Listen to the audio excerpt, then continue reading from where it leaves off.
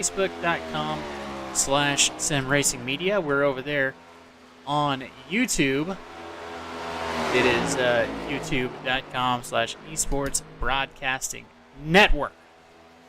If you're just checking us in on YouTube, welcome in. James Ray leading us in the poll. Joe Stafford, Alex Murray, David Jones, and Siva Cornez there in the top 5. So we're going to watch some racing today. It's going to be a doozy. I know Sunday Night NASCAR last week, a great race at Daytona, one of the best ones I've had the pleasure of calling in a while with my friend Tony Trapasso, whatever. I get it wrong every time.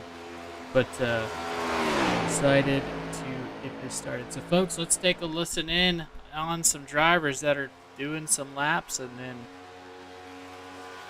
I'll be right back.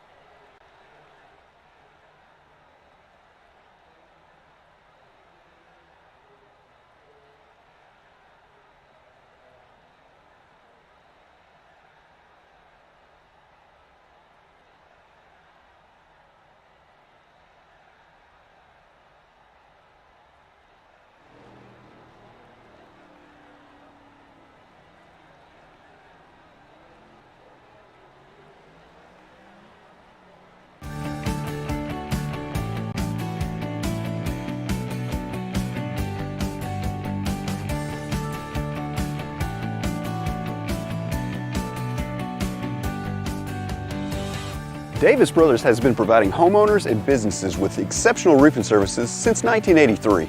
From repairing roofs on small homes to installing new roofs on large commercial retailers, no job is too big or too small. Your home is an important part of your life, and your roof is an essential part of your home. We understand that. Whether you're inspecting, repairing, or replacing your roof, we'll treat your home like it's our very own. Low slope, steep slope, big or small, it doesn't matter, we do them all. And remember, we have the capabilities and the manpower to take on any size job. When it comes to your roof, it's important to be proactive. Choose an experienced roofer you can trust. At Davis Brothers Roofing, we are your experienced roofer. Contact us today for a consultation and let us earn your trust.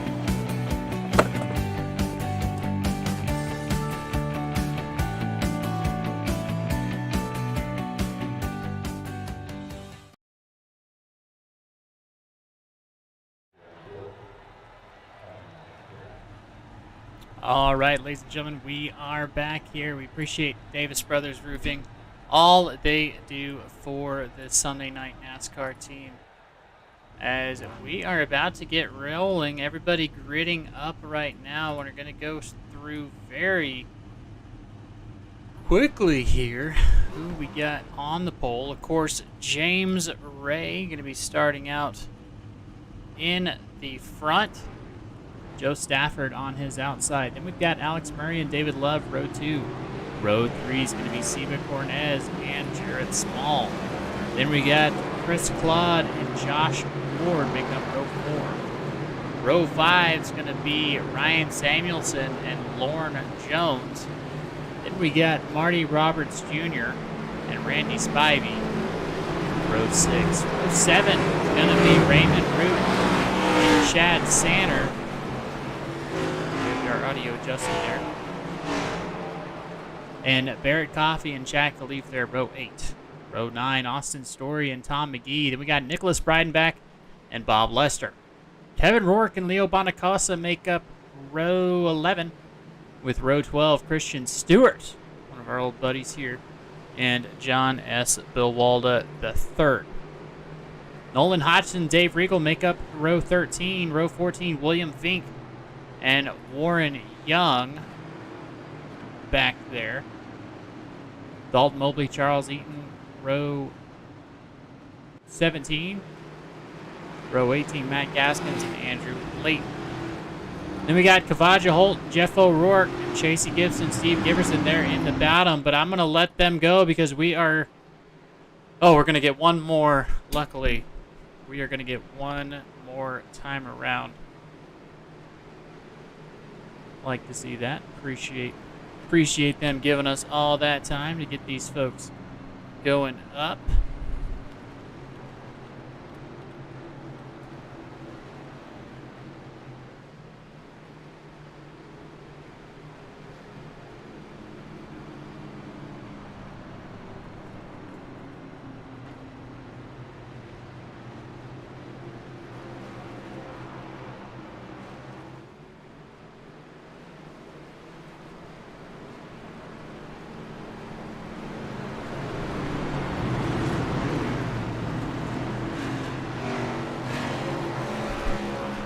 Hey, is that Rhea Ferris in the booth with us?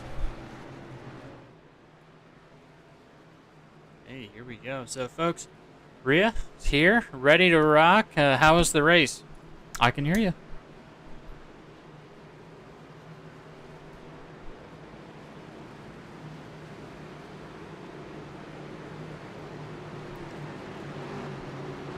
We're live.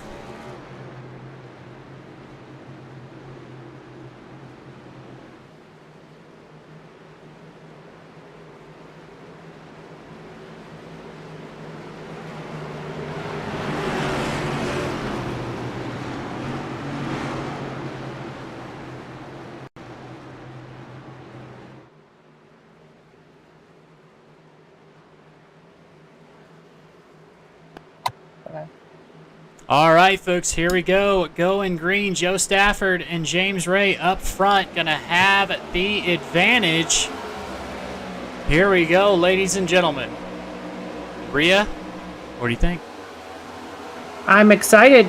It's going to be a blast tonight, and I am in the process of getting loaded in, but I'm excited for what's to come, and I'm just, excited to be here. I think it's going to be a great race.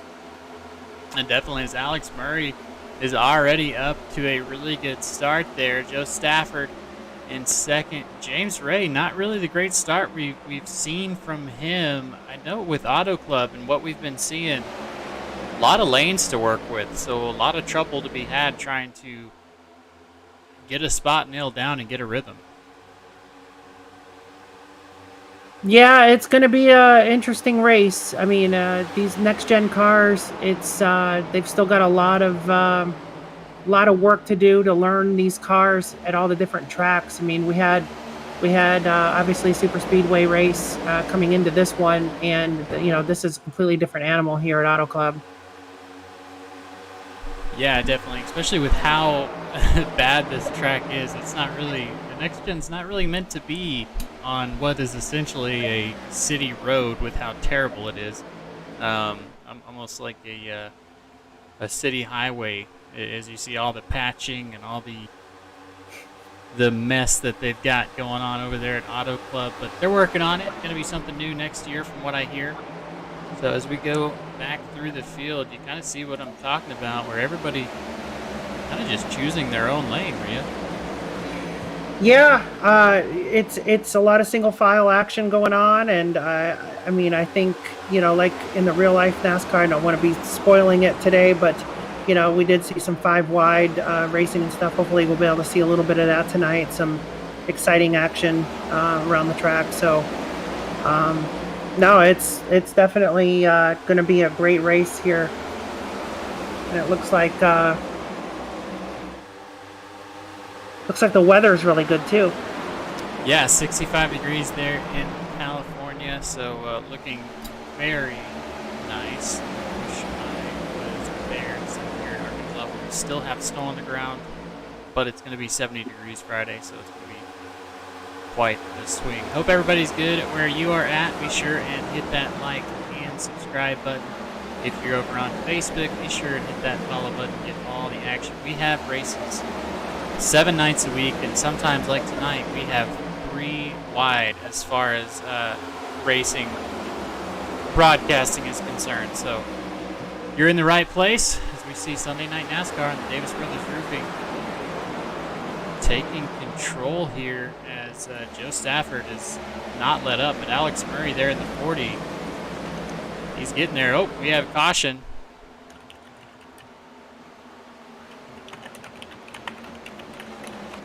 I'll be able to see that in just a second.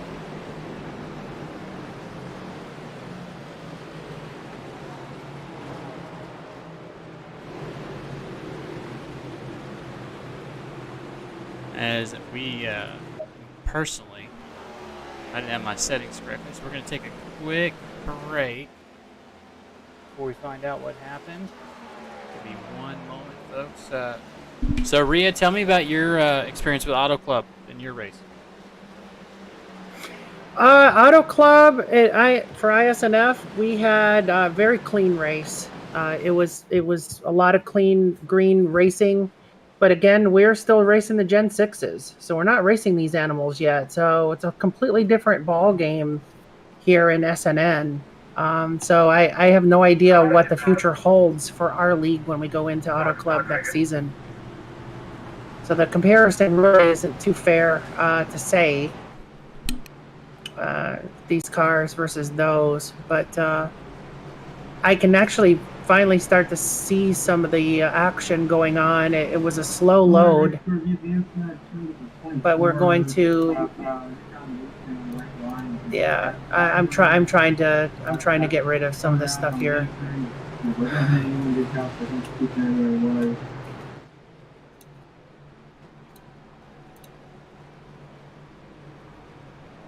But Joe Stafford is up front. Yeah, Joe Stafford got pretty lucky there, as I believe we still got 2 to go. So, folks, I'm going to send you to a commercial, and we'll be right back.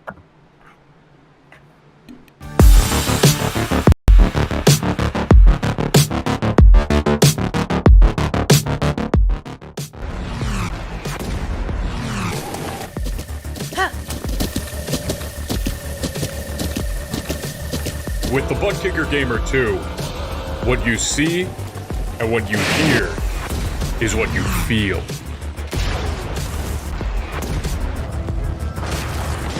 Buttkicker, the future is feeling.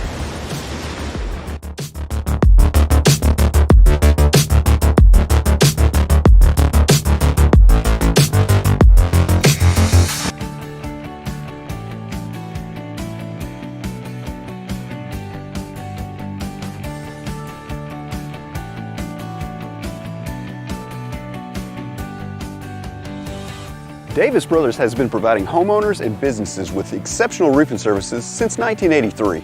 From repairing roofs on small homes to installing new roofs on large commercial retailers, no job is too big or too small. Your home is an important part of your life, and your roof is an essential part of your home. We understand that. Whether you're inspecting, repairing, or replacing your roof, we'll treat your home like it's our very own. Low slope, steep slope, big or small, it doesn't matter, we do them all.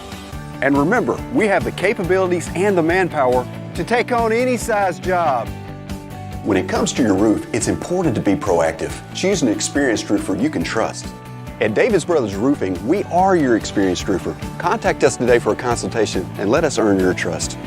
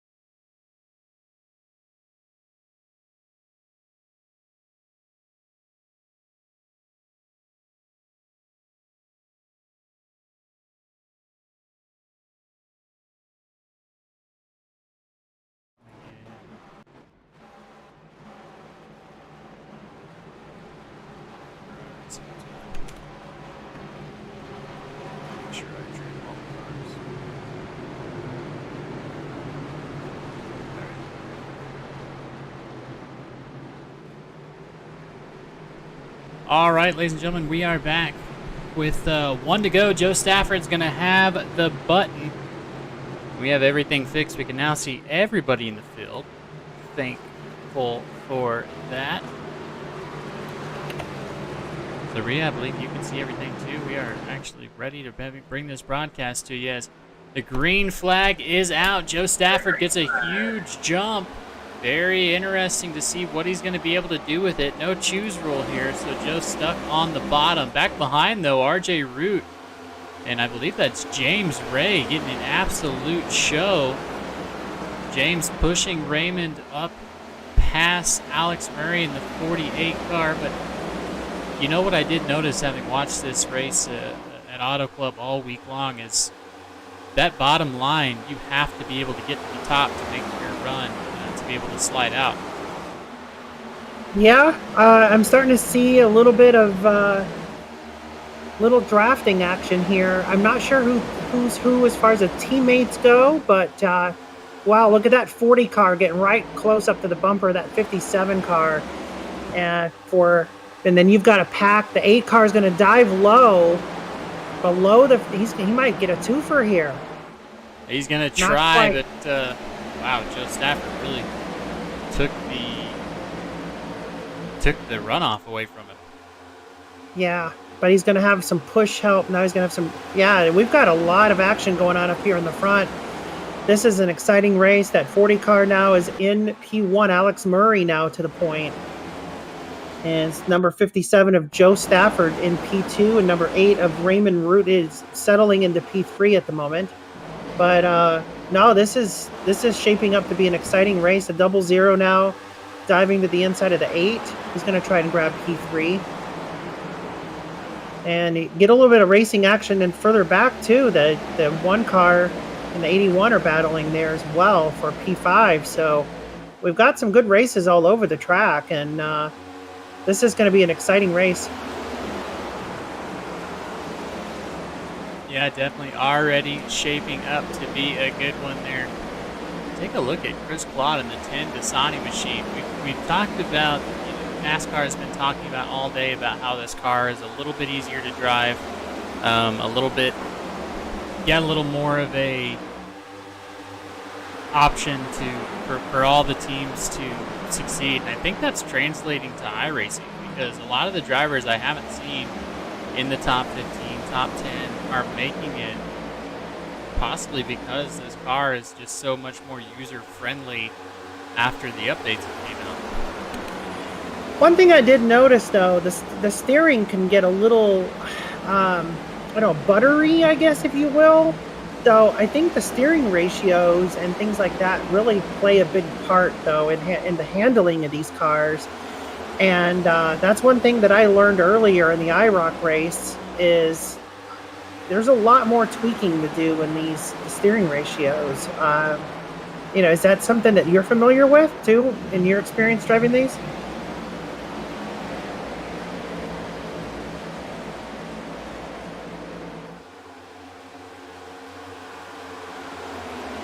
As it looks like the Alex Murray machine is going to be possibly overtaken back by the 57 here in just a second. 57 diving low.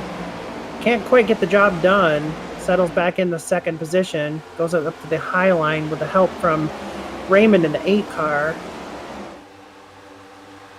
Now the 57 trying to run that middle line now underneath the 40 car there. Yeah, definitely. We have quite the breakaway up front. RJ Root, James Ray, all the way back to Ryan Samuelson, and then it's quite a gap.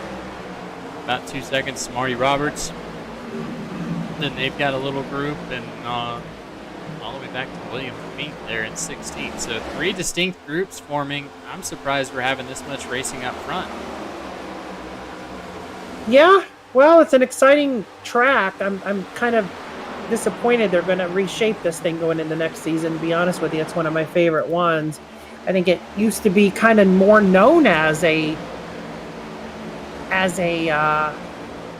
cookie cutter track, but I think over time it's kind of gained its own character and personality, and I think a lot of drivers and fans too have really began to like this track the way it is, and that's why they did a 5-wide salute during the parade lap earlier for the real life NASCAR series. So it's one of those things where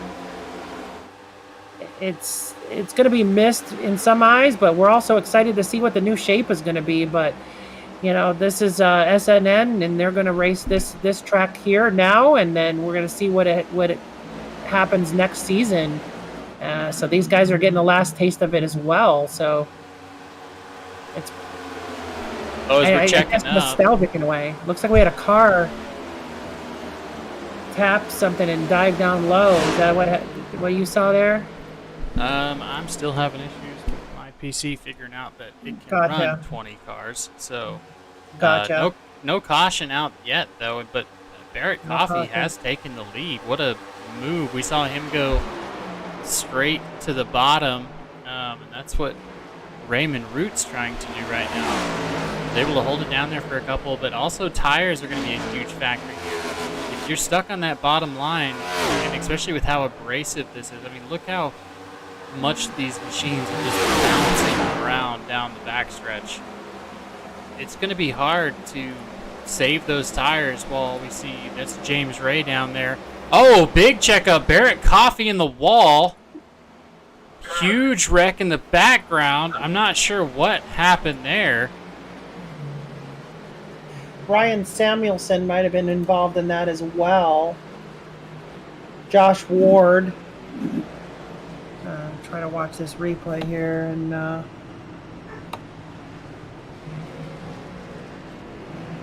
yeah, it looks like Ryan Samuelson might have had an issue. Trying to cover the replay here. It looks like the 4 car may have slid up unintentionally there, and looks like he just got loose coming off of turn 4. I got maybe a little bit of a love tap from the 00 to enable that, but yeah, 00 and the 4 looks like they may have made a little bit of contact, and then rolling it back here just to see who else was involved. And it looks like the 57 had no place to go. Very tough break for Joe Stafford in that 57 machine. And then the roof flaps come up on the 4. 81 ends up making hard contact as well. That looks like, let's see, that was Ryan Samuelson. He made hard contact on the outside retaining wall. The 1 car was involved as well. So tough break for Josh Ward. It doesn't look like a whole lot of damage was done on the 1 machine, but the 81 and the 57 definitely have some damage, and it's a tough break. So it definitely is a tough break. And it looks like the 47 as well. The 40. And so the 40 and the 57 are in the pits still right now. Looks like they did get 4 tires, and they are going to get some damage fixed, I think, before they head back out. Unless they have meatball flags. Do they have fast repairs in this series? No fast repairs here, so they're going to have to get as much damage fixed as possible. As we talk about that, I know that I have done this a couple times, but maybe we go back to an ad break because I got to get my issues fixed. Get you guys all the cars, so if you bear with me, we're going to go to ad break 1 last time, I promise, folks. As we're going to give you a new one this time once I get it up and ready.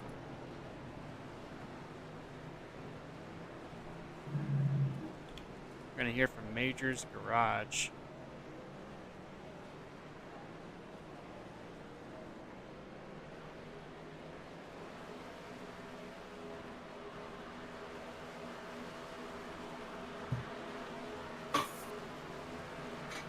Alright folks, stick around. You know that guy? The one who, just minutes before the green flag, keys up his mic and asks, "Anybody got a setup?" Well, this is him. This is Adam. And Adam needs some help. This, on the other hand, is Steve. Steve is a solid racer, and he knows his way around the garage. Steve's problem is time. With a job and a family, He can't find enough time to build competitive setups and to race as often as he likes. But Steve knows a secret. Steve lets our crew chiefs do the setup work so he can focus on the racing. At maturesgarage.com, Steve can get setups for over 50 cars on the iRacing service, so no matter what series he wants to jump into, he is covered. Somebody really should tell Adam.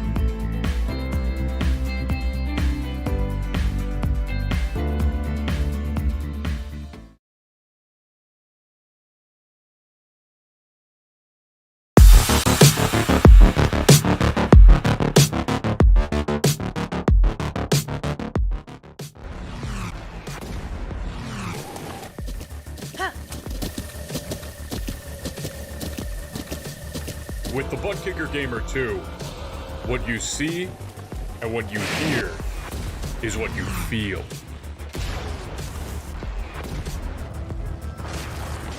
Buttkicker, the future is feeling.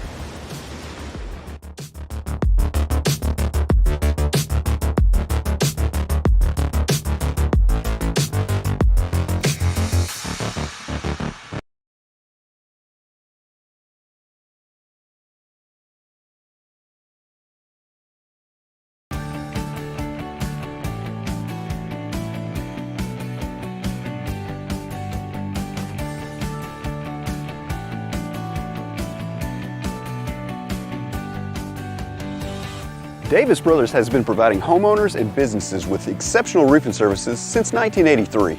From repairing roofs on small homes to installing new roofs on large commercial retailers, no job is too big or too small. Your home is an important part of your life, and your roof is an essential part of your home. We understand that. Whether you're inspecting, repairing, or replacing a roof, we'll treat your home like it's our very own. Low slope, steep slope, big or small, it doesn't matter, we do them all. And remember, we have the capabilities and the manpower to take on any size job. When it comes to your roof, it's important to be proactive. Choose an experienced roofer you can trust. At Davis Brothers Roofing, we are your experienced roofer. Contact us today for a consultation and let us earn your trust.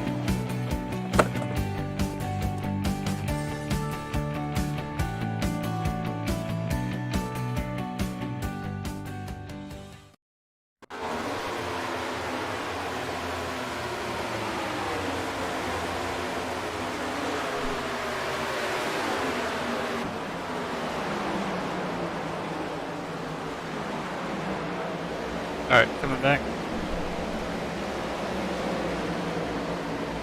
All right, ladies and gentlemen, we are back. Whoa, right under caution, right as we get in. Looks like the number 9 of Warren Young unable to hold on to it.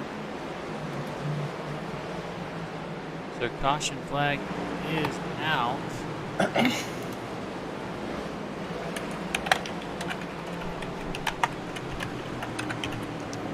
Yeah, what happened to that 9 machine?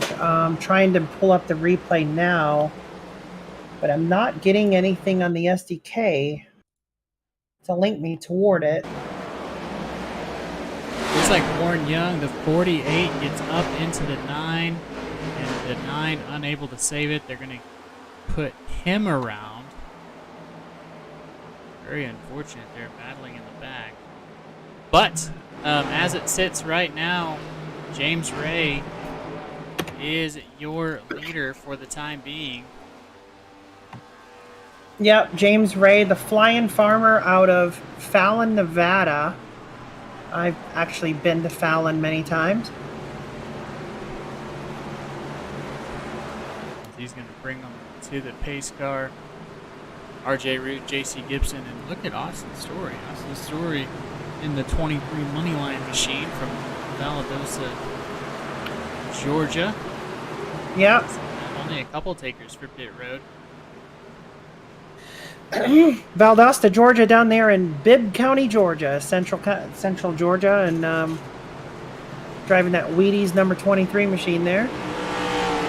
I did see somebody from my current home state, Jeff O'Rourke, back there in that 48 machine that was involved in that last caution. He's from Portland, Maine. That is where I work. So we actually have somebody in here from my state, so it's kind of rare to see. So I thought I would point that out in excitement.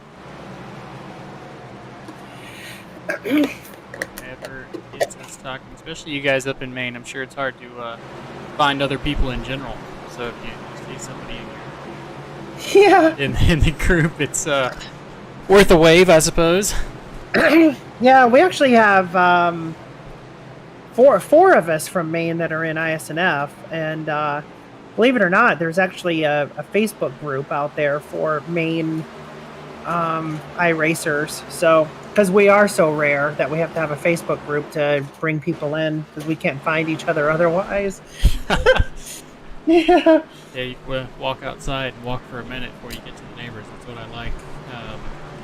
Oh yeah. Up there, it's worth it. So, folks, we are live, of course, on YouTube, Facebook, all that good stuff. We've got everything figured out. Look at this, folks. We can go all the way through the field, see all the accents that everybody's in. Hopefully, once they get strung out. Full field here at Auto Club. Lots of fans in the stands cheering on RJ and James up front. Like to see that. Love to see all the fans on YouTube as well. Guys, on YouTube, our Facebook chat is open. Our YouTube chat is open. We want to hear from you guys. Go ahead and share out your favorite drivers, who you want to see get a little bit more screen time. We can do that for you. So go ahead and shout out who you got. As well as let us know where you're from. If you're from the old, cold north of Maine, or if you're down here in the south like I am, we would love to hear about it. Give us something to talk about during these cautions. Yeah, and let us know who you're cheering for out there so we can give you a little bit of in-car camera action.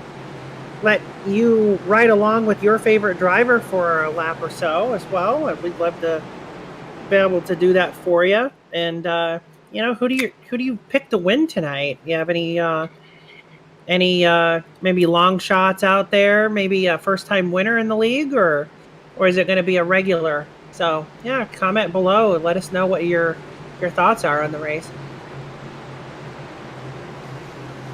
Definitely is. I've always got Joe Stafford, but unfortunately he's going to be coming back from his adversity. Halfway through, he won the race at Daytona last week after winning the Clash in that 57 Chevy, so I was hoping he could make it 2 in a row to start out the season. But unfortunately, it's not looking good, as he took a Barrett Coffee to the face a couple whiles ago. As James Ray has the button, it's up to him to get it rolling. Great start, but the outside has a great push from RJ Root.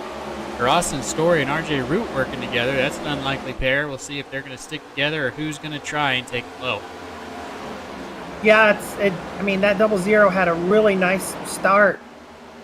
Really, really clean start. The 8 car is now 0.2 seconds out, so he's going to have to climb his way back up there if he's going to try to chase down James Ray. But right now, it is still James Ray at the point, and then you've got the number 8 of RJ, and then you've got Austin Story back there in that 23 Wheaties car, as it looks like he's going to try and do a little bit of drafting action here. He's trying to pick and choose who he's going to go with, because he's in a Yoda, as I like to call him, and he's now following a Chevy.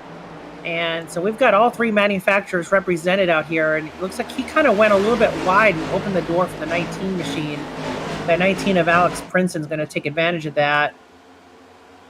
May not have been clear of that 23. 23 decides that he's not going to ride too close to that bumper. May not have been 100% clear there. So the 23 is now on the inside of the 19. Going to try and take that position back. Here on lap 28 of 100 at California Auto Club. And we've got another caution. Might have been a... I can't tell who it was. It's not letting me know Jeff what's going on. Was on the apron. Let's see if Alex Murray was coming out of the pits, but yep, that's it. 48 gets it a little squirrely in front of the 7, all on his own. Luckily, he's able to lock it up and get it gathered up, but that's enough for NASCAR to throw the caution. There you have it, folks. And don't worry, we're not going to go to commercial again, so you don't have to worry about that. What we are going to do is we're going to refresh our paint since we did restart. All these guys spend a lot of time out here on these paints, and we want to make sure it is good to go. So again, sorry for the immersion break, but working on it. This is why you guys are getting the fantastic view that you're getting. It's like, just got my new PC, 3060 Ti RIA, and I'm excited to bring some really good shots to you guys. Oh, for sure. That is exciting. Not a lot of people can get their hands on one of those right now, so that is really cool. But I do have to give a round of applause to the 70 machine of David Love out of Daytona Beach, Florida, for his excellent reaction time to avoid that wreck, the spin by the 48, and not collect any damage and possible other cars involved. 70, definitely take a bow to your driving skill. You knew exactly where to go to avoid any contact and further damage to any machines out there. So I might have to even give you the save of the day. Nice job, nice driving. Yeah, good save, good driving, and that's the thing I like. You talked a little bit earlier while I was distracted. You talked about the steering and how the steering is weird on this. That's exactly what the NASCAR drivers were saying, because it is a new steering system. It's the rack and pinion. It's very touchy as opposed to what it used to be. So they're gonna really hate that here at Daytona Auto Club, but they're gonna absolutely, it's gonna pay for itself in the road courses. We'll see, but it's gonna take some adjustment. Yeah, there's a lot of adjustments that need to be done. I mean, wheels are coming off cars. Roof flaps are breaking. The cars are very fragile. They're almost like, the way I describe them to my league members is they're kind of like building a model car out of a box. And if the super glue just didn't quite dry all the way, you might have problems during the race. They're very delicate, very, very delicate. And I mean, I think personally, I may end up giving them one fast repair going into next season just because they are so delicate. I have you raced the Cadillacs at all? Because I want to say that those were, up until I drove these cars, were the most delicate ones. You just barely tap the wall and you have a meatball flag in the Cadillac, and it's kind of the same thing here. So, I mean, a fast repair is a little unrealistic, and I do definitely salute these guys for, sticking true to real NASCAR and what they do. I mean, obviously you can't just roll off a new car off the hauler every time you get hit, but some of these damages, the meatball flags and stuff, are a little bit ridiculous until they get some of this figured out. But nonetheless, I mean, I think everybody's got to learn something, and I think we're learning right along with real life NASCAR drivers. They're going through a lot of headaches, and so are we. And well, I guess we'll just figure it all out. This time next year, I'll be kind of laughing at the learning curves that we had to go through as they're about to take the green now. It'll be Alex Princeton at the point here with the 23 of Austin Story to his outside. And it's Princeton to the front as he's able to go ahead and get that P1 secured and pulls away a little bit, pretty comfortable from the 23, dives down to the inside, leaves the 23 out of the draft. That 23 can find that high side and kind of slingshot a little bit, so he does have a good run coming off the corners down the backstretch. So that 23 I don't think he's led a lap yet, but if he hasn't, I know he's about to, because he's been fast all evening so far. But as of right now, it is still Alex Princeton out of Lake Elmo, Minnesota, leading the way here at lap 33 of 100. As we have single file racing until about maybe P7, and then it starts a little bit of double file action back there. Like maybe Joe Stafford trying to challenge the 45 machine as of right now, and does get it. So they are getting a little bit racier further back, but single file up front so far, keeping it clean and green here at Auto Club. Austin Story here out of Valdosta, Georgia, definitely challenging, and I think he's gonna make a move. I correct me if I'm wrong, but I think he's gonna try and make a pass here. I think he's looking for a little bit of help. Yeah, and it's something that these drivers are going to figure out as we see everybody behind him. There we go. 34 gets a little bit doored by Nicholas Breidenbach, or Christian Stewart, I'm sorry. Wow, 34, Bob Nestor. He's going to have something to say about that, as he was able to gather it up in that Wonka 34 machine. But, yeah, as you were saying, so many lanes on these restarts, it's almost looking like Phoenix. Trying to get through and find some speed on fresh tires. It looks really fun, and here is that move by the 23 machine I was talking about. He was looking for some help. That 24 maybe just giving him that extra edge, and here comes the 23 machine to the point. Austin Story out of Valdosta, Georgia. It gets loose, overdrives it in the corner, and spins, hits the outside retaining wall, and collects cars. Oh my gosh, we got a caution. Broadcaster's curse. Did I just do that? Well, we don't drive the cars, but Austin Story, what a show that was to see everybody dying around that. A couple people Yeah, I know Tony Trapasso was talking to me earlier about, the broadcaster's curse, and talking about a certain driver for too long. And until I learn when that line is, I feel somewhat responsible anyway, despite the fact that I am not driving the car. But it was just, I think he just overdrove it in the beginning, possibly, and just got loose, and it was just too much for him to handle. Tough break for Story and anyone else involved. It was definitely a racing deal. I think. I wouldn't be mad at the 23 or anything, because it was just, he was trying to go for the lead a lap and just got out from under him. It's probably something I would do. We're gonna be seeing that with these tires, and he wasn't on old tires necessarily. He was on some of the older tires. Came in at lap 18, but. Yeah, it's very unfortunate that he was unable to save it. You think you have it running this race and getting in your groove, and you think you're all good to go, and unfortunately, then that's going to bite you. We're going to see that on these exits. You do not have the banking that you have at a place like Daytona or Michigan even. I mean, even Michigan has higher banking than it seems like we have here at Auto Club, so it's going to be hard to gather it up if you lose it coming out of those turns. Yeah, indeed. And it's. I know some of these drivers are benefiting from these cautions, though. If you take a look, Leo, how do you pronounce his last name? Leo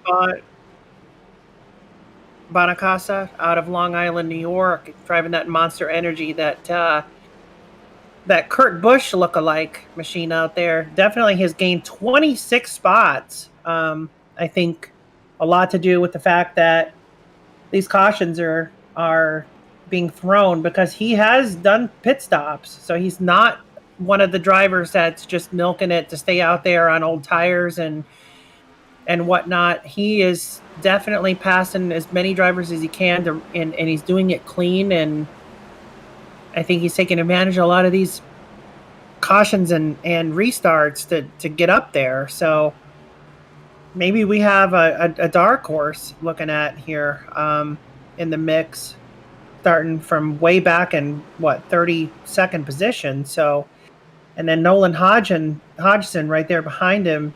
He started back in 30th. So those two drivers there are definitely on the move. running there, P6 and 7. But we've got Alex Princeton up front, and that'd be Seba Corns there on the outside. Now, is he from... Is that a Greek flag? Or... See, what? I believe that's Argentina. Seba Cornets. Okay. Yep, Argentina. Okay. I should have be known 100% wrong. 100%. Oh, I believe it is Argentina. Now that you mention it, that is an Argentine flag. Yeah, but driving that Costco Toyota, so he'll be right there on the outside of Alex as we'll get ready to drop the pace car down on the onto pit road one more time here as the lights are off on the official pace car of iRacing.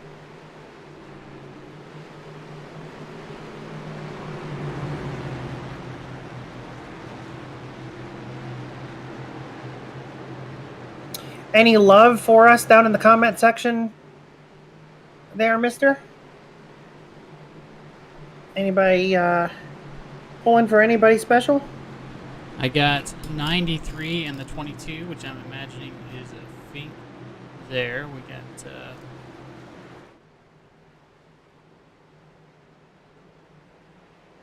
the 91, John S. Nope, I was incorrect there. I don't see a 91.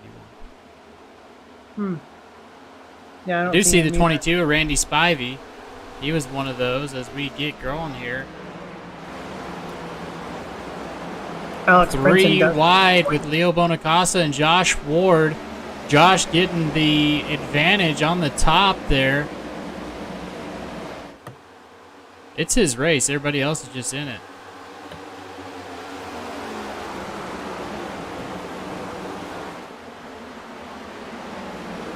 Yeah, and there's so much elbow room here, but then when they come back down to the backstretch, in the corners off the backstretch, it's definitely, more narrow. So they kind of really got to know who's there at all times. They can't lose their peripheral vision at any point, because if you lose track of where these cars are and you decide that you want to pick a different lane coming out of the corner, there's a car there, and then there's going to be a spin. So awareness is key at a track like this. If you're running single monitors especially, you're going to have to use your left-right keys constantly coming into those corners just so you don't take somebody else out. So it can be trickier than it looks. I do like this track because of the elbow room, but wrecks can still happen, and got to be on your A game, as that 19 machine is definitely pacing the field pretty good. But that 57 of Joe Stafford, who was caught up in that earlier incident, has made his way back up to P2 and running that outside line, and may challenge for P1 now to resume what once was earlier in the race. Maybe a little justice served here for that number 57 machine, as now Joe Stafford back on the point here at Auto Club on lap 41. So what do you think about that, Joe Stafford coming back up through the field? Pretty impressive run. Yeah, if you've ever watched Sunday Night NASCAR for any amount of time, you know that Joe Stafford and RJ Root, former teammates, are always going to be up there mixing it up. It don't matter if they're wrecking lap 2, they're going to be up here. If they can get the car going and up to speed, they're always a contender. As we're already hearing over the radio, some folks talking about they will not lift again. As we go back here, look at the battle between the 75 of Charles Eaton and Leo Bonacasa. We talked about him earlier in the 45. And the 47, always loved his paint schemes. Care Bears, I believe. And then Kevin Rourke there in Propel Esports. So a lot of drivers up here not wanting to give it up, as James Ray gets a 2-for-1 on RJ Root. We're going to have to check back with get that again.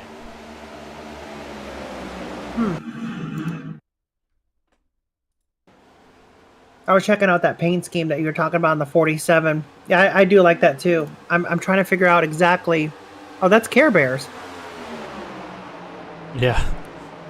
Oh, yeah. And it's got a little bit of a... Oh, and we got a spin with the Care Bear car. Just as I was... did I do it again? So it got tangled and beautiful paint. 47 machine involved in that one. Hard hit. As we'll try to rewind that one to show you the replay here and see exactly what happened. And it looks like that white and yellow, or I'm sorry, white and pink car, was the 99 car, was down on the apron. Kevin Rourke, and back that up a little bit further so I can see it anyway. It looks like he overshot the corner a little bit, got down onto the grass, just couldn't recover it, and ended up slamming into two cars, one of them being that number 47 machine that we were talking about just a second ago with the pretty paint. And looks like the other victim of that wreck was the Mission 22 car. Was that car number? Is that 22? Okay. Randy Spivey. Randy Spivey was involved in that, unfortunately. So tough break for those machines here at California. Randy Spivey out of Bisbee, Arizona. I've also been there. It's a beautiful city. It's one of those hidden gem kind of towns, real kind of artsy, tucked down in a valley of beautiful Red Rock Mountains. Not a lot of people go to it, and it's a shame. So, yeah, Mission 22 car there. Got quite a bit of damage. He's on pit road, and he'll pull into pits and see what kind of damage he's got to assess and get some new rubber on those wheels there and see what he can get back out there in the race. But meanwhile, it looks like a front end is going to stay out. James Root and RJ Root, David Love, and JC Gibson all staying out this time around. Marty Roberts as well. Looks like those 5 drivers are going to stay out. Marty Roberts out of Churchill, Tennessee. I have a sister that lives in Churchill. They call it Church Vegas. And, why do they call it that? I don't know why. Yeah, isn't that it's kind of an oxymoron, isn't it? Quite. Who is this? In Church Vegas. I like it. Yeah, they call it Church Vegas. Well, we have a town here in Maine called Skowhegan, and if that 48 car's listening, you know what I'm about to say. Skowhegan is known as Scow Vegas. And they have nothing to do with each other. Folks, if you're like me, sitting in the South, not knowing what in the heck we're talking about, Right. Getting educated on the Northerners. I deployed with a group out of, Wisconsin. So they were up north there, and I like to talk about them and how, it's a little closer to Rockford than it is Chicago. That's my wife's family up there, so we always got that Northerner. Got it down. Do you know your gazintas, though? I don't know. No. Do you know what gazintas are? Nope. Math. What goes into this? Plead the fifth. Yeah, I'm trying to do trading paints. I don't know what is happening with my trading paints. I'm trying to reload constantly, and it's given me a lot of the default paints on such as. That's why we can't see that 22 machine. Are you running the app in the background, and have you restarted that and enabled the refresh? Yes. Okay. Just thought I would ask a stupid question. We went over that earlier, where if you don't ask the stupid questions, it's 100% going to be that issue. So I do appreciate it. You always have to check. Always check the first thing. The easy stuff, Yeah. right? Well, I mean, that's what teammates are for. You got to have each other's back. I mean, I forget stuff, and I got coworkers that forget stuff all the time, too. So, but the pace car has ducked down one last time here. Well, let's hope it was anyway. One more time. Here on lap 46, we are almost to the halfway mark. It is James Ray once again at the point, as he does definitely pull a couple car lengths ahead of P2 of RJ Root. And Mr. Ray is going to lead him away. here on the backstretch of California. They're single file 1 through 4, and then it gets a little racy still back there around the Marty Roberts area back here in the 55 machine. Looks like they're all battling for some positions there. It looks like that Bob Nestor machine may have scratched the wall just a little bit there coming off that last corner, but that 8 machine of RJ Root, I don't know if he's led a lap yet, but he's certainly closing in on the back of that 00 now. May have that racing line figured out. I love how all 3 manufacturers are being very well represented here in California. Have you noticed that? I mean, there is just not a lot of let's just get a line of Yodas or a line of Fords or whatever. It's one of each up here in the top 3, and they're just going after it all the way through the field. Take a look at this gaggle we've got from 8 to 14. The 12th through 17th, though. Look what I mean, that's pretty insane. It's all Toyotas right there. So, but it's going to be a lot of work for them to get up there. They might be able to do it if they work together and, have that chemistry, but it seems like every line is working for a lot of these top drivers up front. I mean, some of them will take the low line, some of them will take the high line, and they're just fast no matter where they go. And JC Gibson, a car that we haven't really spoke a whole lot about out of Pensacola, Florida, he's made his way up to P3, having a fine night.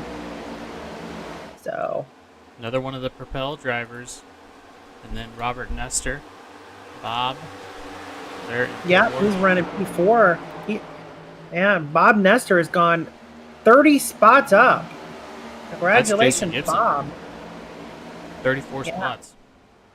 Yeah, that's insane. So, nice job, Bob. It's out of Lansdale. Now, I don't know what state that's in, but he's driving that, it's like a Willy Wonka paint job or something there. That it is. But if we go midfield here, look at Dave Regal, the 21, 19 Alex Princeton, and then William Fink. I mean, just huge battles going on midfield here. Everybody trying to integrate. What we're seeing is the people that just came in on lap 44 slowly working their way up, trying to get to a point where they can fight those older tires. The 19 gives the 20 a little shove there. Yeah, and the 19's got a really good run on the inside of the 54, and he's gonna try. He's just struggling to get past that 21, and it looks like Dave Regal is going to hold on to P11 as of right now. But yeah, they are very racy back here. Really good action going on in midfield, like you were talking about. So, and that's where a lot of those Camrys are hanging out, and if they were to team up together, they could probably freight train to the front. But I think, again, it comes down to chemistry and not so much brand at a track like this. If they really wanted to, they could hook up, but nonetheless, looks like that 93 machine's trying to get that high side to work. 93 driven by William Fink. He's got a lot of momentum coming off those corners, so he's able to hold a lot of those cars back. But back up front, RJ Root now to the point out of Gloucester, Virginia, makes that number 8 Ford Mustang P1 right now, and that is a beautiful looking car. Nolan Hodgson. Ooh, trying to keep it green. Wonder what happened there.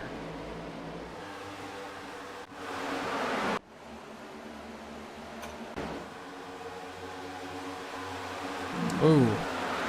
Nolan Hodgson in the 90, or in the 54, gets into the 93 of William Fink. No caution, though. We're still green. Well, that's good.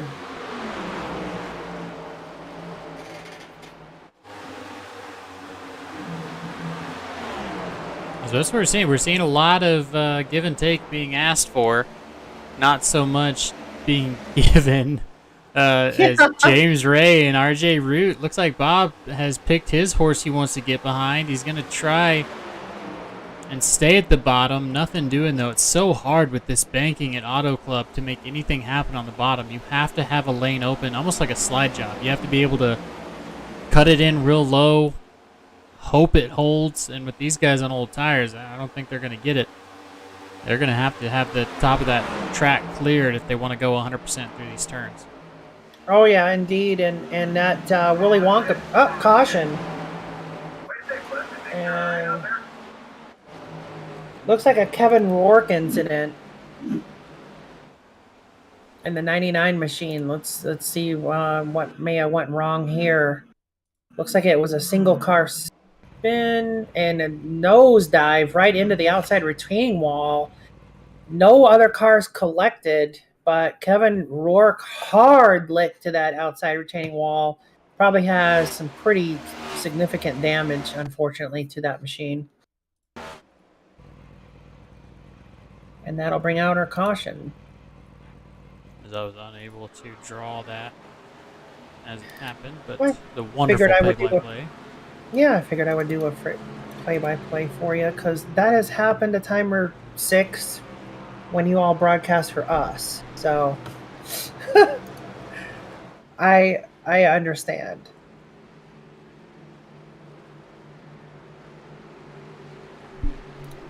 As of course we do have the Davis Brothers Roofing. That's who is our main sponsor. If you're looking for any roofing, residential or commercial, folks, really give them a call. They can help you out if you're in the greater Tennessee area. As well as some other sponsors here. Buttkicker going to give some butt kickers away at the end of the season to both I believe the top driver that did not make the playoffs, and at the end, whoever didn't make the playoffs is going to be going home with a butt kicker. Just help with participation on the points there. Then we got Inville Insurance Group. We have been lacking on them recently. Inville, if you need some insurance, they can help you out with a bunch. They're licensed both commercially and for your home and auto. They can help you find the right policy for you as we get started. I guess a lot of folks here would like to have that Inville insurance on the machines, as we're having a lot of issues, it seems. Single car incidents. Well, it seems like we need a lot of insurance here today on these machines. So a lot of people are going to be paying deductibles at the end of this race. Definitely. As checking in with Joe Stafford. Started in second. He's the only one who really hasn't moved out a bunch. Everyone in the top 10 besides Seba Cornez and Josh Ward started at least 20th or greater. Other than Nicholas Breidenbach, who started 19th. He's found his way up to the front. And it's a little bit of pit strategy, a little bit of skill. As you see, Dave Riegel last came in lap 36. And we're not seeing tires be that big of a deal, because everyone with tires has to fight each other on the restarts. That's true. And maybe with these next-gen cars, maybe they're not wearing out the tires as much as the Gen 6s, too. Because I know the Gen 6s, tires were usually an issue at this track. So it's probably a lot to do with that handling, too, with the steering. So you can dial that in, and you know how to. Your tire wear may also be improved. So, but yeah, Breidenbach there out of Orlando, Florida, is going to take the green here as the pace car is going to dive down the pit road. The lights are off on that machine, and we'll be going back to green here momentarily. We'll see how Breidenbach can do up front.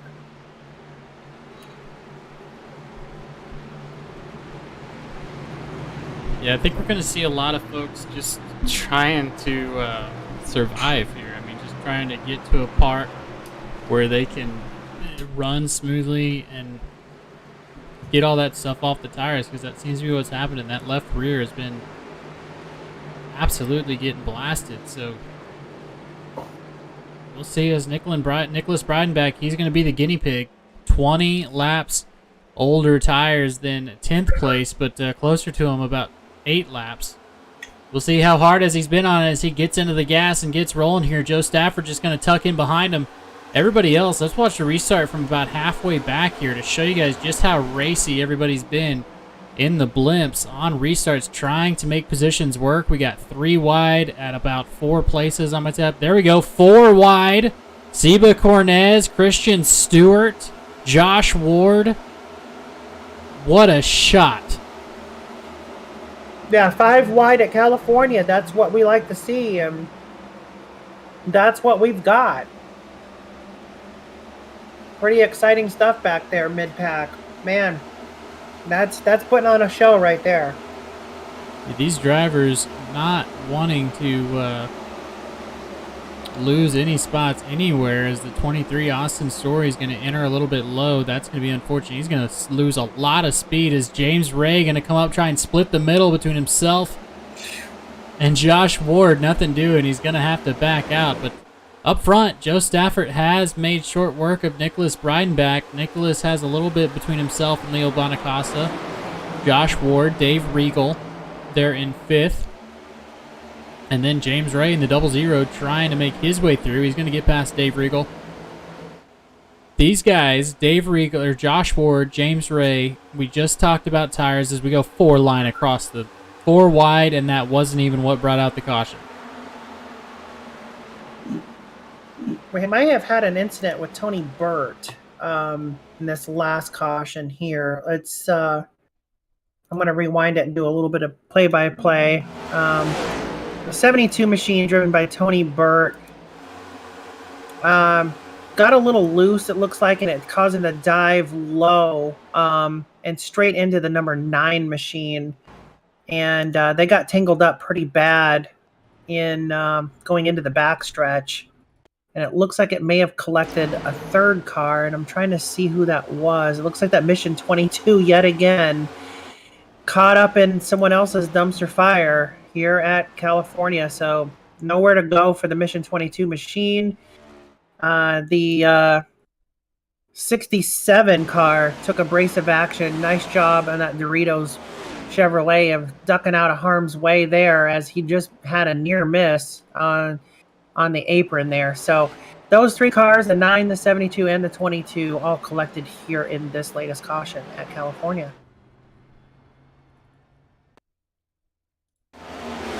We'll see the 9 from his point of view of what happened.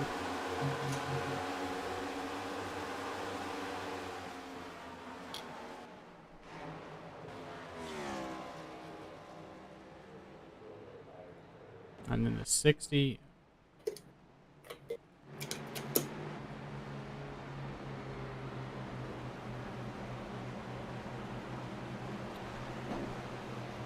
As we're just getting word from race control, they're going to be watching those restarts a little bit more closely, as it seems like once everybody kind of gets the green, it's no holds barred, like a Phoenix. So they're going to keep an eye on that. I think we're going to see a little bit more black flags from here on out for drivers not adhering to that policy, as Joe Stafford gets the benefit of driving all the way down pit lane to the 2nd pit stall as he comes in. Chad Sanner, Austin Story, Tom McGee, Chris Claude, a lot of those guys that are on those older tires deciding to come in. Let's talk about Christian Stewart, though, in the number 9 machine. Used to call races here. You might know that name. Used to call Sunday Night NASCAR with me. He's subbing in for the 73 machine, so we appreciate him helping the teammates out. And Christian, good luck and Godspeed, sir, in that Toyotas. I'm seeing a ton of Toyotas now that you mentioned it. J.C. Gibson, Seba Cornez, Christian Stewart, Robert Nestor, Austin Story, Getting a little bit more popular. Yep. I'm a Ford fan, though. So. Yeah. Yeah. Chevy all the way up here, but that's okay. I'm not going to hold it against you. You're a bow tie fan, huh? I'm a bow tie. I got an 83 Z28 sitting in my garage right now. Ah.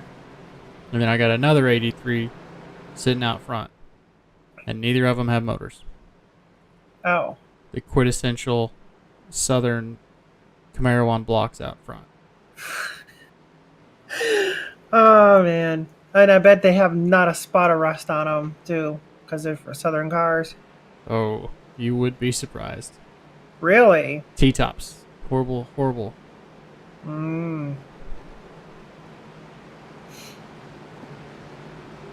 So Josh Ward now up to P2 on the outside.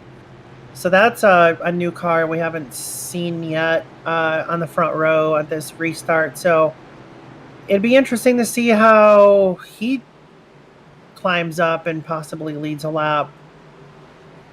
So he's gained 16 spots from the start of the race. So look for that number 1 machine to make it 17 spots here, maybe at the restart.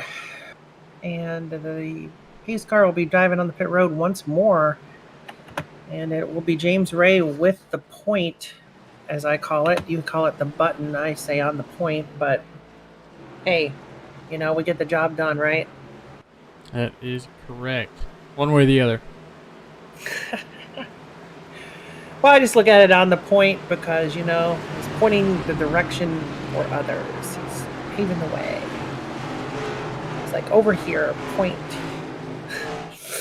But another car we haven't really talked about either, Charles Eaton, has made his way up to P7. So here comes the restart on lap 64. As James Ray is going to take that inside line and bring Dave Regal with him a little bit, but then decides to go high, and I don't know what's going to happen here. Your guess is as good as mine because, these cars go 4 and 5. Whoa, we got a spin. It looks like the 8 machine. RJ Root, nice save. And it looks like we got a mess. We do have a mess after all. And it looks like people were diving to try to avoid what they thought the 8 car was going to end up doing, but he saved it, and unfortunate situation for the cars that were trying to take abrasive action. And I don't know who those cars are. Yes, that was an odd one. We saw RJ Root get tapped. I want to see that again because I don't really think that, I'm hearing some people talking to race control, but I don't even think NASCAR is going to throw that early. Nobody was really lost until people started piling into it. Yeah, so what I see here is the 8 got loose on his own. Was it on his own? Maybe it was a little net code action there by the 21, and then it just was basically it was 3 cars hooked together like a train on the outside line that were originally drafting with the 8. And when the 8 car ducked out of line, all 3 cars went high, and one was going slower than the others, and it caused all 3 of those cars to just get jumbled up. And so there's damage on the front and rear of the 16, front of the 48, the rear of the 27. The 21 car somehow lost a hood in this mix. I don't know how that even happened because there wasn't even any. Yeah. As we've got it up right now, take a look at this. RJ Root absolutely coming in on the 1, and then the 21 just comes up, taps Root just enough, and then the checkup. That's what caused everything. And I don't know where where they should have thrown the caution there, because I mean, at any point, maybe right there with the 48 of Jeff O'Rourke getting into the wall, but just a. That was a big save as well for the 34 car driven by Bob Nestor. He dove all the way down.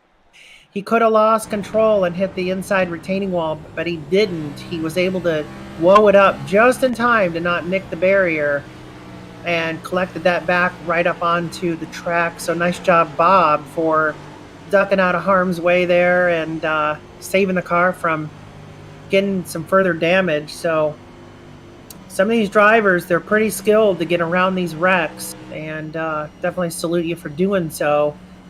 But then the ones that are slow to react to the checkups in front of them, those are the ones getting in trouble tonight here, it seems. As I'm fresh out of 250 laps at Martinsville in the Cup Series, and I know exactly what not checking up in time means. As we had quite a few cautions in that race, just to say, but nonetheless, you think that it would be a little bit cleaner here at Auto Club. Maybe it's just the new cars, but I know the Gen 6s, they don't usually have this much trouble staying in the groove, and I mean, you said it earlier, it was 65 degrees, so their track temperature has got to be only, about 72?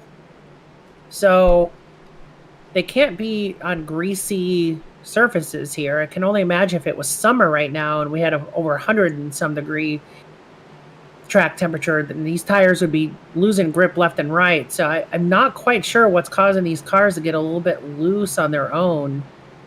But I guess I'll be able to answer some of these questions once I finally drive these cars at this track. Yeah, I would say it's worth it, guys. It's they've done a lot to it to make it drivable. As we are side by side here, one to go. Would like to appreciate everybody watching over on YouTube and Facebook. Again, comment, like, subscribe, all that good stuff. Yes, here we go. James Ray gets a huge jump.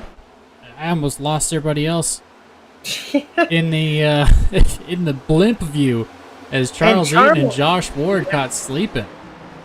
Yeah, Charles Eaton got caught sleeping, but I'll tell you what, Charles Eaton up 23 spots is on his way to charge to the front here. I mean, out of Worcester, Mass, driving that Ford Mustang, man, he has really climbed his way up. So nice run so far by him tonight. But that number 1 of Josh Ward is still hanging on the P2 meanwhile. And now we've got the 27. Oh, we do have a spin. It looked like possibly the 99 or something was involved. James Ray. Was it James Ray? Yeah. Yeah, he's got some damage on that right front of his car now. I'm going to try and back that up while you keep it live and just kind of let everybody know exactly what happened there.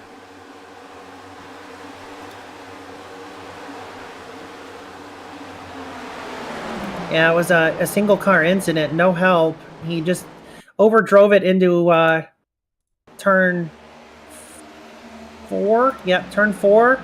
He just overdrove it, nipped the outside retaining wall, got a little bit loose, woed it up, and was able to save it. So no cars collected, no caution, out.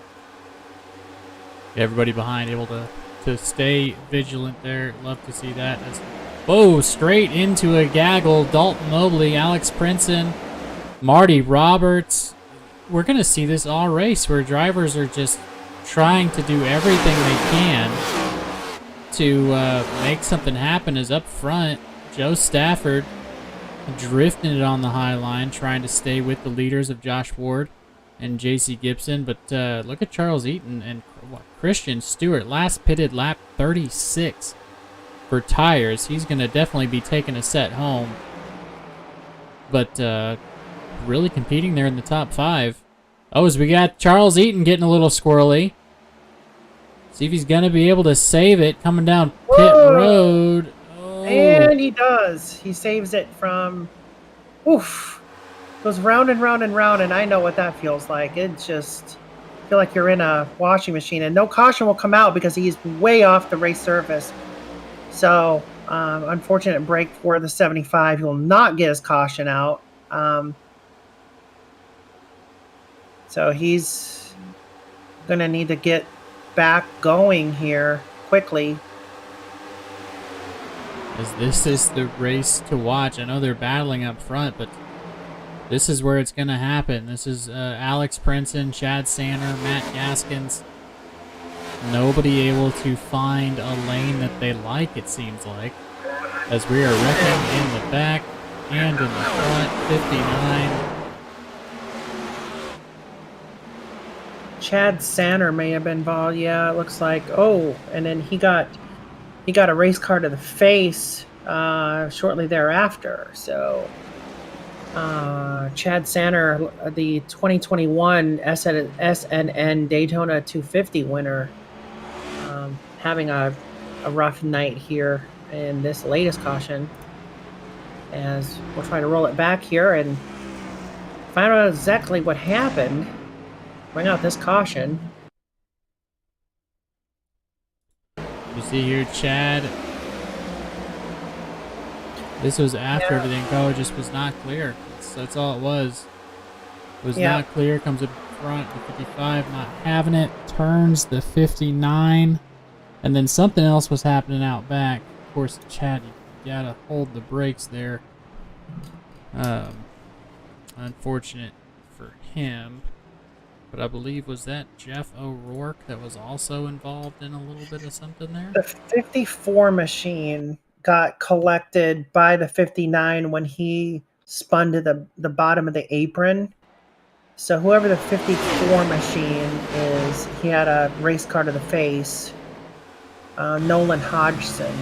So that was a tough hit for Nolan as kind of a post-race accident. And I think a lot of what that was is it's very common in iRacing. We have those days of thunder moments where caution comes out and we just want to kind of race our way back to the line, but there's no need to. The field is frozen at that point, and you might as well just back off of it, lift, and hit the brakes. Try to stay out of it. And I'm not saying it was the 54's fault. I'm saying that I think it could have possibly been avoided had he been going a little bit slower, and he would have had more time to react and correct his decision to go low and hit the 59, because that 59 was moving south, and you could see that all day. But that's common in league racing, especially here in iRacing. It's keep it to the floor, even under yellow. But well, going on board with the 54 of Nolan Hutchinson, he was all the way down in third and slowed down by the time that car rolled down on him. So I don't know how much more he could have done there. Okay. But well, I do respect your perspective. Maybe I'm being a little bit too harsh, but luckily he's able to get it back out after that, so not too much damage on the front of that Toyota. It's just what we're seeing with these 5 line. It gives and it takes away, as people think when they're wrecking they're gonna have enough space to save it, and just unfortunate that it goes that way for Nolan. And Chad Sanner looks like he's getting a little bit more fixed in the 59.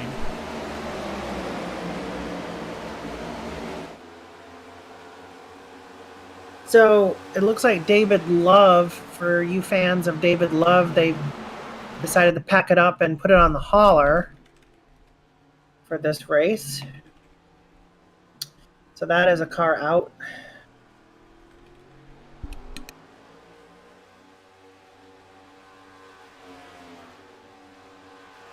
but it'll be Alex Princeton at the point here in just a few moments, as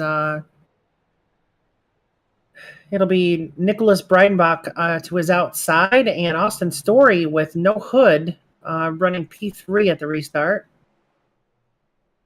So we'll see if that lack of hood means much here at California. I'm assuming it will matter, because this is definitely an aero track. You know, if this was Myrtle Beach or something like that, I would say you're joking. But yeah, California, a lot of drafting and aero. So there we go, back to green one more time, as Alex Princeton is going to go ahead and take it now. 25 laps to go. Can Alex Princeton hang on and lead some more laps and possibly take the checkered flag? It's yet to be seen, but we definitely have some racing action still going on further back, as it looks like Joe Stafford is going to try and climb his way back up once more and trying to put the heat on Josh Ward. So, and it looks like the 27 is on the move too. JC Gibson, he was up front there for a while earlier, so I think he's fresh out of a pit stop as well. So actually, JC Gibson not fresh out of a pit stop. What am I looking at? You're correct. JC Gibson, Joe Stafford, Josh Ward last came in lap 74. Okay, using never that to mind. their advantage. Alex Princeton, Yep. he's the only one on old tires, and he has a whole field of folks behind him that want that spot up front. He last came in lap 62 with 23 laps to go right now, so we're on lap 77. So you'd think those wouldn't be old, but him and Nicholas Breidenbach holding their own. I wonder how long that's going to last them.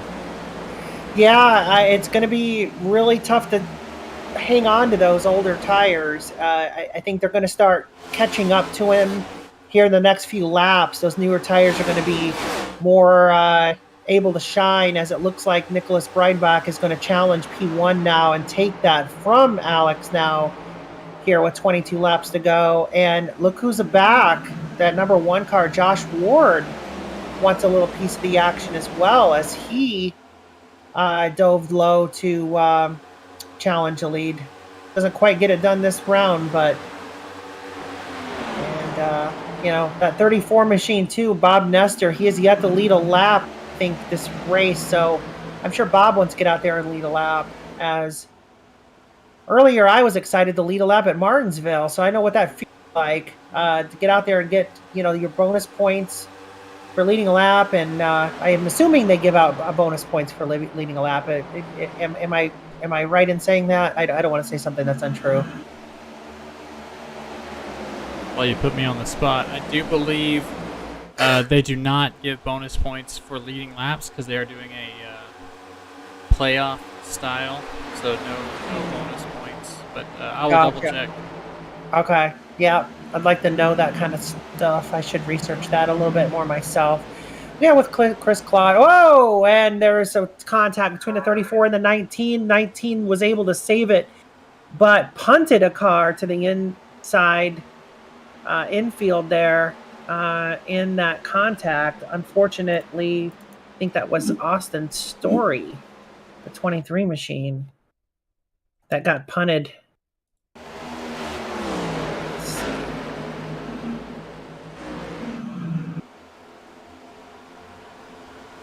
Oh, the 23 car spun. That was a separate incident. So the 23 car of Austin Story was a whole nother ball game, as that action up front with the 19 machine was going on. Nicholas Breidenbach is in the infield. Yeah. Huge contact. That was, let's see here, that Nicholas Breidenbach was just an innocent bystander, but see track position, go back.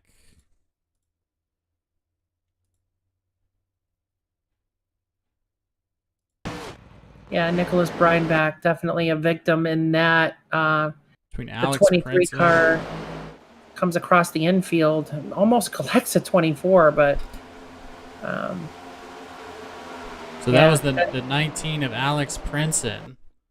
Yep. Yeah, and it looked like there might have been some contact with the 34 car, Bob Nestor. I think the 19 came up and he wasn't quite clear.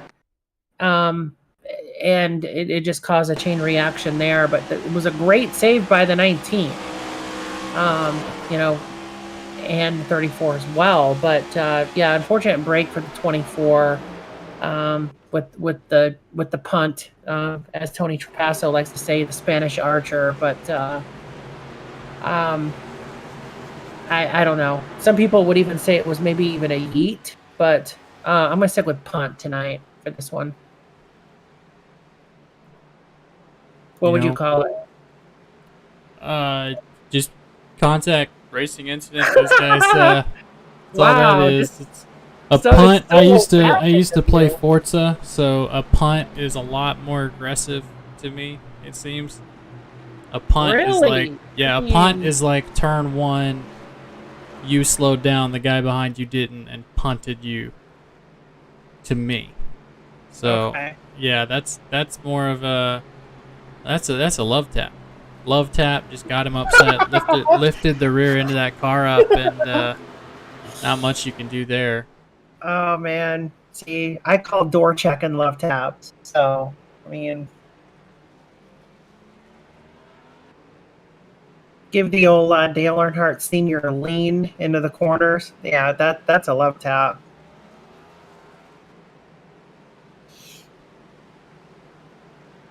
But it'll be Josh Ward at the point, the number 1 machine in P1 in that Edge setup shop Chevy Camaro. So his outside is that Willy Wonka Joe Gibbs Racing number 34 car driven by Bob Nestor. As the pace car does have its lights off once more, as we're going to be winding them down here. Should be less than 20 to go at the line, right? 18 laps to go right now. So 17 once they hit the line, once Josh Ward gets the go fast loud pedal down there, as we're already having issues in the back on the restart. Not sure what's happening back there. Everybody trying to figure out which lane they want to take.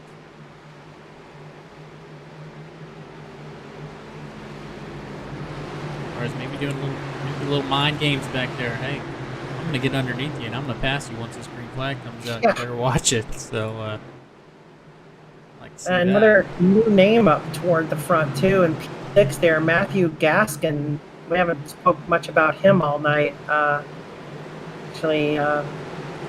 So he's worked his way up to P5 or 6 there as we come to the restart here once more. And it'll be Josh Ward leading him off with 18 to go. 17 to go at the stripe. Hopefully they can keep it clean and green here. As Josh Ward kind of stacks the field up a little bit, as is his right.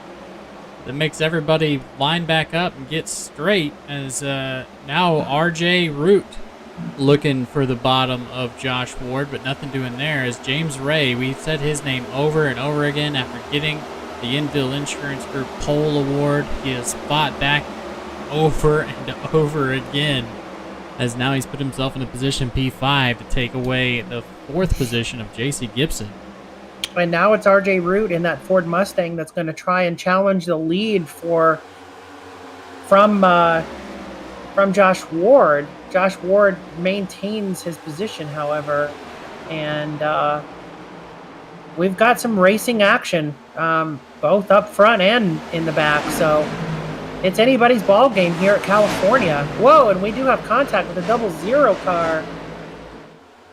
James Ray does save it. He's much slower now to the rest of the field coming down the backstretch, but good save by James Ray. We've seen a lot of good saves here tonight, and that's definitely another one. As we're going back up front here and show that 8 car. Man, these guys are not given an inch here, are they? I mean, you can't put a finger between these cars at some of the points of closing the door on some of these cars. When you close the door and you shoot up in front of them, I wouldn't want to put a finger there. Nope. As that A car of RJ Root is being followed by Josh Ward. And it just seems like they just lose the draft. They'll draft down the backstretch, and it's just every man for themselves coming into the corners, and then they'll try to line back up again. Typical California. So caution is out again, and it might have been a Derek Jacobs incident. The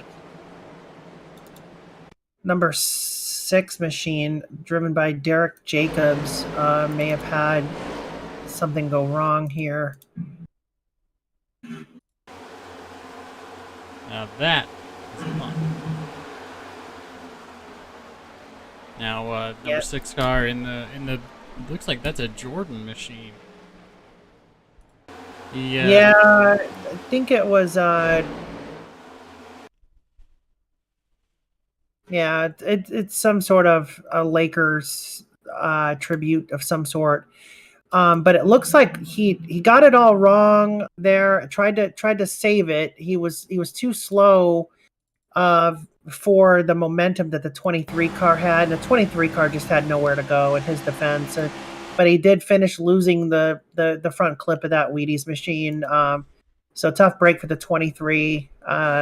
6 car, not really a whole lot of damage done to that machine, but the 23 definitely getting the biggest hit. I think that's going to pretty much do it for that 23 car.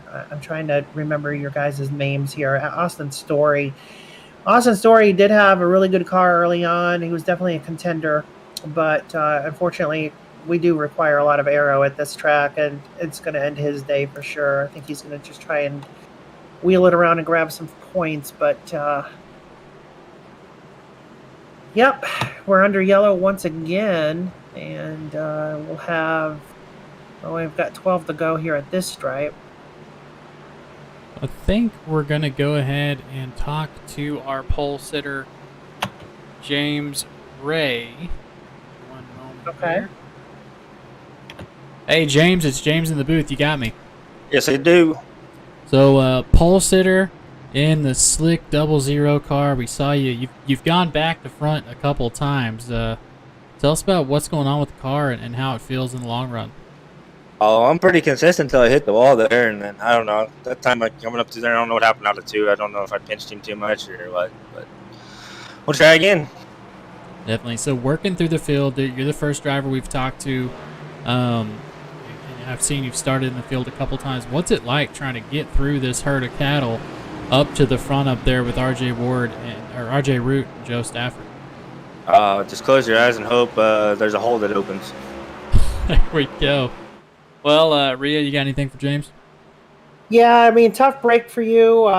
You did have some good saves there, though. I did watch you save it a couple of times, too. So definitely some good, wheel action out there. But good attitude about it, and go out there and get them next week. That's Alrighty. what it's all about. But, good luck. Thank you. And James, what team am I sending you back to? Joe Gibbs. There we go. Appreciate you, sir. Yep, thank you. And that's the kind of interview we like. A driver just, I mean, he had his ups. He had the pole, and he did get out there and lead some laps, and he was kind of yo-yoing there for a while back up front, and then just had a tough break, and you just got to put it behind you and move on to next week, and it's a really good attitude to have. Yeah. I wouldn't count James out of it. Now he's sitting in 16th, no damage on that car with 10 laps to go. A lot can happen here, as it's going to be 10 to go when they bring it around. So I wouldn't put the nail in the in the casket too soon. But you're right, they're in 15th. What we've seen, he could make 6 spots up on the restart before turn 1. It's possible. The way these drivers have been and how aggressive we have been coming underneath Barry, the flagman, it's going to be quite the restart here as they are side by side.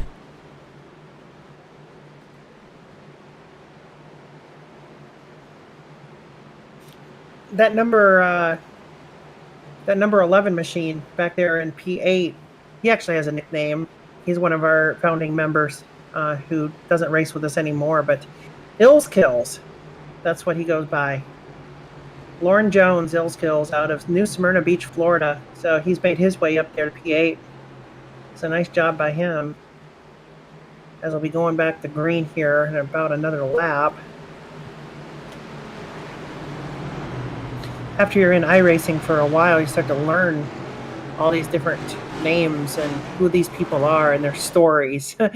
And definitely Lauren Jones is not a stranger by any means. So they're going to give them one more to go. They were lined up ready to rock, but letting a couple people get back to where they needed to be in the lineup after some long pits. Talk about Chris Claude, who is unfortunate, has been caught up in a little bit. That car is damaged. League owner here at Sunday Night NASCAR. Brought on such good folks such as Inville Insurance Group, Buttkicker, Davis Brothers Roofing, all of those folks brought on because Chris is out there working. I know you know how hard it is to secure sponsorships, so shout out to Chris. Yeah, Chris seems like a great guy. I was able to chat with him a couple of weeks ago after the LA Coliseum race, and just a great guy. He reached out, and as I'm a league owner and he is too, we had a lot to talk about, and it's exciting to broadcast with his league, and it's an honor to be here, and it's a lot of work, and I definitely. We had a couple giggles there because we both can relate to some of the trials and tribulations of being a league owner, but it's all worth it at the end, especially when you see a lot of drivers come up the ranks and progress over time. It's very rewarding to see that. It's no different than being like a school teacher. You kind of hope that your students are going to learn something by the time they graduate, and once they do, you feel rewarded by it. But they are going to take the green here. And it's going to be RJ Root at the point. And we've got 10 laps to go. What do you think, James? I think we are in for some fun racing here as RJ Root able to get to his preferred top line really quickly, as that outside line is having a hard time keeping up on the restarts. Bob Nestor going to work in the bottom. Josh Ward up top and 3 wide behind them for the time being. Don't count out Joe Stafford there in 6th position. He's going to try and make his way up. Lauren Jones, Dalton Mobley, Kavaja Holt. Names we haven't talked about all night, slowly creeping their way in. Average start for drivers in the top 10 is lap 19th position. So these drivers in the top 10 have been working to get where they are today. As they're close, Joe Stafford has a 77 on his inside like a tick. And then J.C. Gibson and Josh Ward able to break away. RJ Root's loving it, trying to break the draft up a little bit there, diving down. Bob Nestor following him. Making a really good move too. We're up to P6 and that Cheetos number 11 car. So Lauren Jones on the move. He's up 32 spots since the beginning of this race. So he's been able to stay out of trouble thus far. And, he's definitely got plenty of arrow still left on the front of that Ford Mustang, as he is going to try the outside of the 57 machine. And Joe Stafford is definitely a strong one to try to get around. So not sure if he's going to quite be able to get it done, as maybe I stand corrected. Lauren Jones passing Joe Stafford now here with 7 laps to go at California, as there's a little bit of a wiggle out of Joe Stafford in the 57 machine. I'm not sure if he got loose and tried to save it, or if he just maybe had a bobble on his wheel, got loose or something. But uncharacteristic for the 57 to kind of have a couple bobbles there. Loses momentum, does lose a couple of positions in the process. Yeah, but take a look at who just put down the fastest lap of the race. Oh, and very unfortunately, just as I say it, James Ray gets tagged by the 16 After putting down the fastest lap of the race, trying to get back into it. There's a car sideways. That's a 57 of Joe Stafford. Caution is out just to save James Ray. As Joe Stafford gonna get it back around. What happened up front? We were watching the safe by the 00. And I was just complimenting him a minute ago about his great saves tonight. Add another one to the books, as he was definitely able to save his car. He had a little bit of a tap from the out of control 15 car. That was the 11. Lauren Jones. No, it was the 15 initially. Initially, it was the 15, the green car. If you look at, yep, it was the 15 that made contact with the 00. I'm standing by it, doggone it.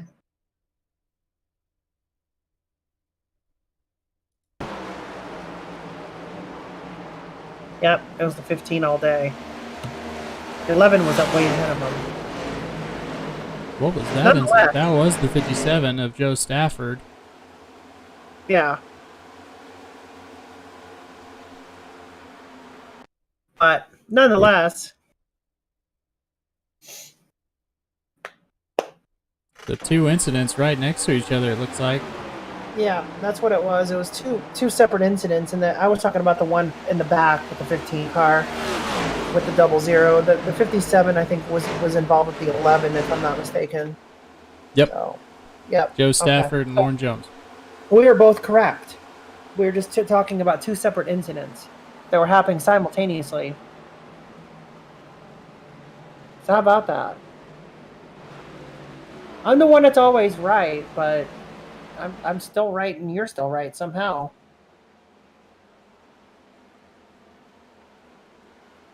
So we're going to get a little bit more of a break here. I think we're headed to overtime, are we not?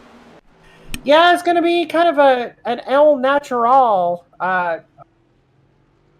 GWC, if you will. It's just going to be a natural. I don't think it's going to be an official GWC yet.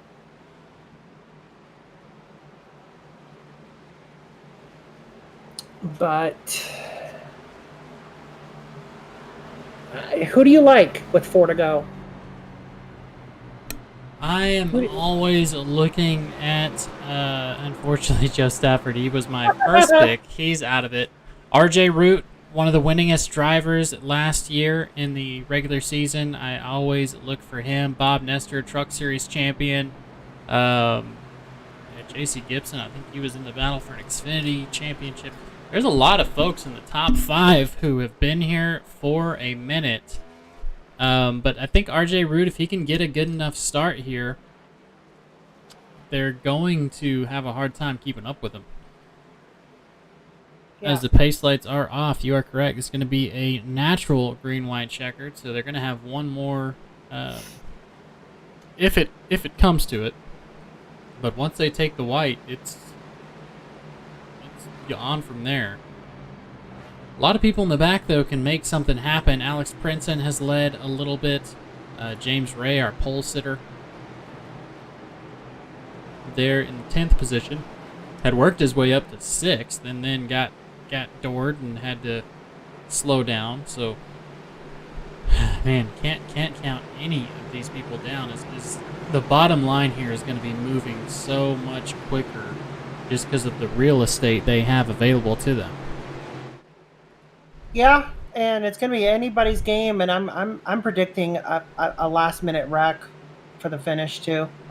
That's just my prediction. The way this race has gone, I think they're going to be fighting for it, and I hate to say it, but it's probably going to end ugly for a couple cars tonight. But let's hope not. Let's hope they can manage to race it off green here and get a good finish for everybody that has earned it thus far, and we'll shake it out here and see what we got. Yeah, see what we got indeed. Is RJ Root going to let the pace car dive down in front of him? Green flag. He is going. Bob Nestor, nothing doing on the top line. JC Gibson going to have the opportunity to get side by side with second place there, but quickly cut off up front. RJ has the advantage on tires, some of the newest tires in the field, at least in the top 10. So that's going to help him as JC Gibson works to the bottom of Bob Nestor in the Wonka car. Back behind him, look at that shot. Everybody trying to dig for position and push as James Ray is up to 8th. Still moving. Still moving. Yeah, you're right. I mean, he is definitely on a tear. He's going to try and grab what he can, salvage what he can. I don't think he's going to be able to get a dub tonight, but RJ Root definitely holding him off with 1 to go. And Bob Nestor in P2 on much older tires. I don't know if he's going to have enough for him. But, one opportunity here as Raymond Root dives to the bottom to try and break up the draft. Bob Nestor almost not clear. JC Gibson going to use that momentum. If he can hold it together here on the bottom, Raymond Root is going to be your winner at the Sunday Night NASCAR here at AutoClub Speedway. They're wrecking behind him, securing that look for as they're still wrecking. Still wrecking. 34 car, big hits, blown engines, 4 car involved, cars still wrecking. 22 car upside down in the infield, smoking. That was an insane finish, and I do believe Illskills ended up getting a top 5 out of that deal. That is just insane. We still have another car in the infield upside down as well, right on the Auto Club sign. So tough break for some of these guys, and I just knew it. I knew it was going to come, and that really shook up the finishing order for sure, because I think even some of them finished upside down or in the air. Yes, I'm going to try and find out where the checkered flag came out. It was the 34 car that nipped the wall, and when he nipped the wall, it slingshot him to the inside. And I think Bob Nestor literally finished like 21st, but he was running P2 and finished 20th. He lost 18 spots in one blink of an eye. That's how easy it is at a track like this. As RJ Root's going to burn it down. He's going to get the figure 8 done in the 8 machine. Love to see it. Let's take a look at that checkered flag and just what we saw.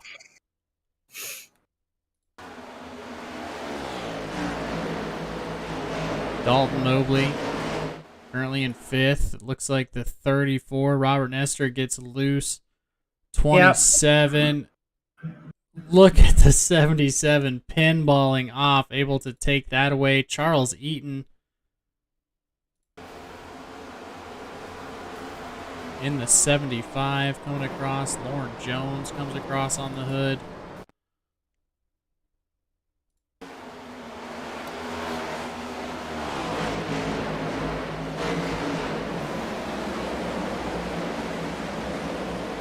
There's just not much you can do in that situation as everybody. Nicholas Breidenbach coming in for a top 5. And then afterwards, everybody just trying to get their spot in. Ooh-wee. All right, well, let's go ahead and talk to some of these drivers, as I know we're going to be catching them out of the infield care center.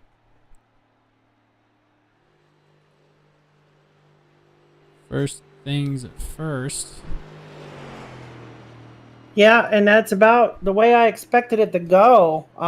We have, looks like RJ Root, Dalton Mobley, and Charles Eaton are your podium finishers tonight. I believe you have Charles Eaton ready for an interview. Mr. Charles, P3 tonight. Wow, what a wild finish.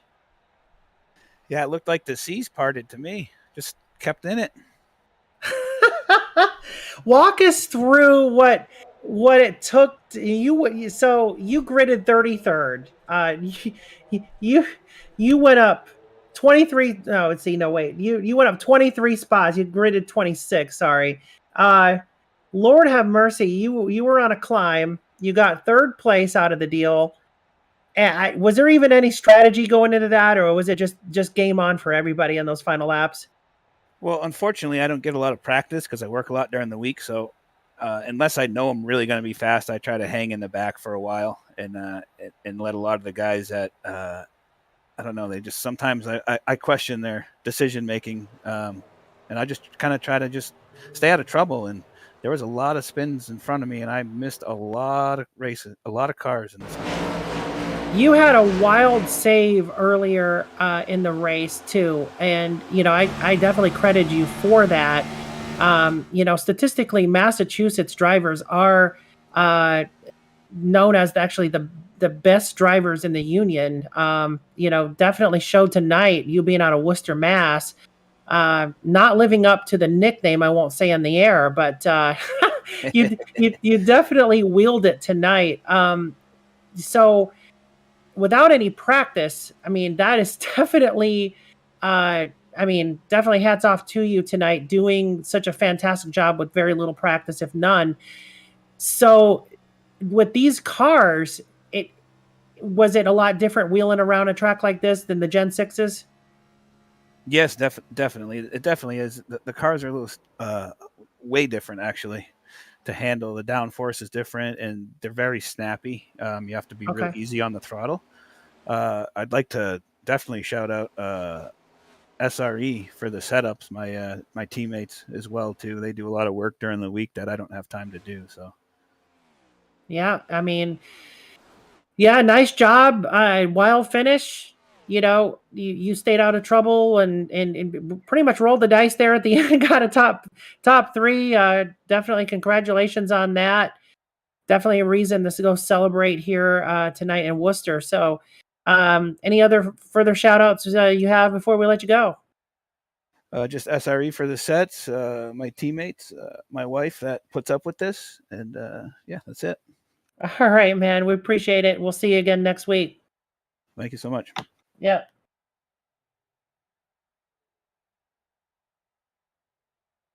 Dalton, congratulations on the second place finish. How you feeling after that one? I'm feeling pretty good, to be honest with you. Crazy last lap, man. Very, very crazy. Yeah, definitely. Wrecking behind you, wrecking in front of you. As we look at the replay on that, Dalton, you were lucky to get out alive. Tell us about coming to that last lap and what the plan was. Just keep it hammered down? Yeah, I think I restarted fourth on that restart. I was coming. We were coming to 2 to go on that green white checker, and I was slamming it down trying to make it at least get up to second, and I got tied out of 3 and 4, and I lost like 2 positions. So I was pretty happy with finishing top 5, and all of a sudden the last lap happened, and yeah, somehow I didn't turn the car sideways or anything like that, and I finished second. There you go. Well, Dalton, I know, looking forward to a good season out from here. Tell us about, are you looking forward to next week at, let me make sure I get this right. Vegas.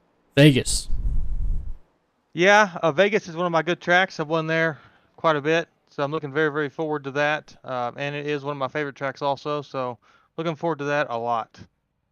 Definitely. Well, Dalton, good job on the race tonight, and who you want to shout out before we let you go? I'm just thankful, man. Thankful to be here and be able to race, man. Only one person I can thank is Jesus Christ for letting me sit here and race and enjoy this and life, as a lot of things are going on around the world.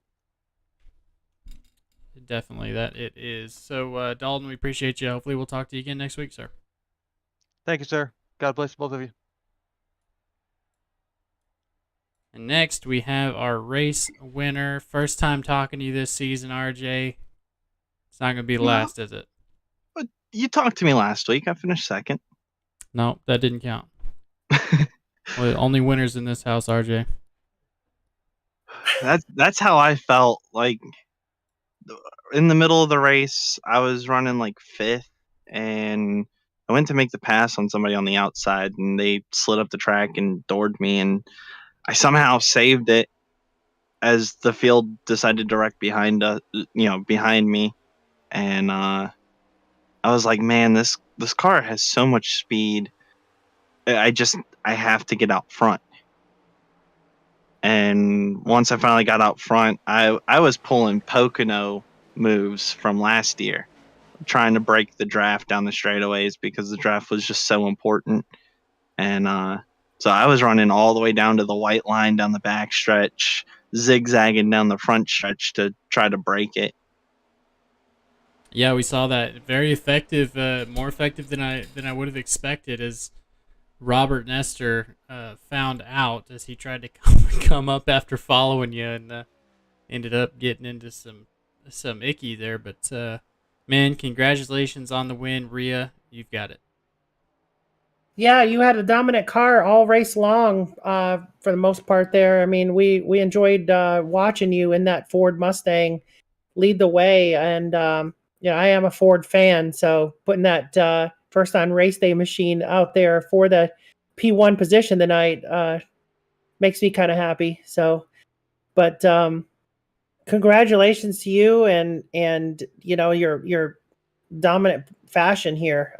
You comparing it to Pocono, I would have never thought to really think, go that direction, but you're right. I think the way you can run 4 or 5 wide here and break in that draft, it does make sense now that you mention it. So I do appreciate that insight there. But are you looking forward to Las Vegas next week? I know that my team has a really good set for next week. Running some laps in it earlier, we felt really confident in it, and I'm extremely excited for the entire rest of the season. I feel like where I'm at mentally and the backing that I have this year, it's gonna be a relatively dominant run. Well, that's fantastic, man. Congratulations again. Go celebrate. Do you have anybody to shout out and thank tonight before we let you go? I'd like to thank Edge Setup Shop, Edge Graphics, Hawk Simworks, and everybody at Edge and FFR. And I really got to shout out Charles for his 3rd place finish tonight, because that was amazing. Yeah, indeed. And yeah, it was definitely an exciting finish nonetheless. Cars flipping upside down on their roofs and in flames coming across the line. So again, you had the lucky number, and congratulations with that, because it was a well-deserved win. It was not a luck win.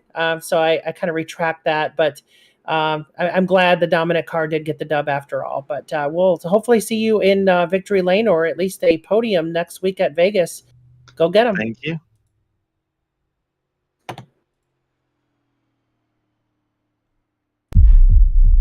And that was RJ Root, driver number 8. So this one's in the books. And it was a pleasure broadcasting this one, because I did not expect it to be this exciting at Auto Club, and it was definitely a good show. Definitely. And guys, as always, we do appreciate you guys watching here on Esports Broadcasting Network and Sunday Night NASCAR.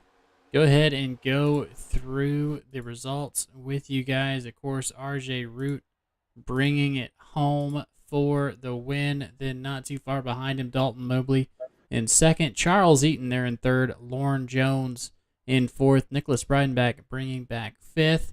Marty Roberts Jr. 6th. Dave Regal 7th. Good finish for him. Matthew Gaskins 8th. David Love there in 9th. And James Ray rounding out top 10. Yeah, and then you've got Kavaja Holt bringing it home in 11th. Bradley Gunn in 12th. William Fink brings it home 13th tonight, and Leo Bonacasa 14th. Christian Stewart 15th, and Seba Cornez brings it home 16th. Nolan Hodgson 17th finish tonight. Chris Claude, the league owner, bringing home 18th. Josh Ward 19th, and then Bob Nestor, who was running P2 with 1 to go, clipped the outside wall, got up tangled up in that melee, went all the way down to finish P20 tonight. Definitely Derek Jacobs there in 21st. 22nd is Andrew Layton, and then Joe Stafford up front all race, and unfortunately there gets the raw end of the deal there in 23rd. Austin Story 24th. Alex Princeton, another driver who led some laps there in the 25th position. Tom McGee 26th, and then he is the first car a lap down. JC Gibson in the 27 machine. Barrett Coffey 2 laps down. Chad Sanner and Kevin Rourke in 30th. Yeah, and then you've got Steve Giberson, finishing 31st. Randy Spivey, 32nd. Alex Murray brings it home 33rd. Tony Burt, 34th. Jeff O'Rourke in 35th tonight. And Warren Young, 36th. You got John Buwalda in 37th and Jad Khalif, 38th. Jarrett Small brings it home 39th. And Ryan Samuelson grabbing the back seat here and finishing 40th tonight here at Auto Club. And that'll do your final rundown for this one. It was a pleasure, James. I enjoyed this one. Yeah, as always, enjoyed running Auto Club with you as well. We'll see you next week, guys. We'll be in Vegas. Same place here on Esports Broadcasting Network on YouTube and on Facebook. You can just search Sim Racing Media. This was the Davis Brothers Roofing AutoClub Speedway here in California. And guys, as always, hopefully we'll talk to you next week. See you then.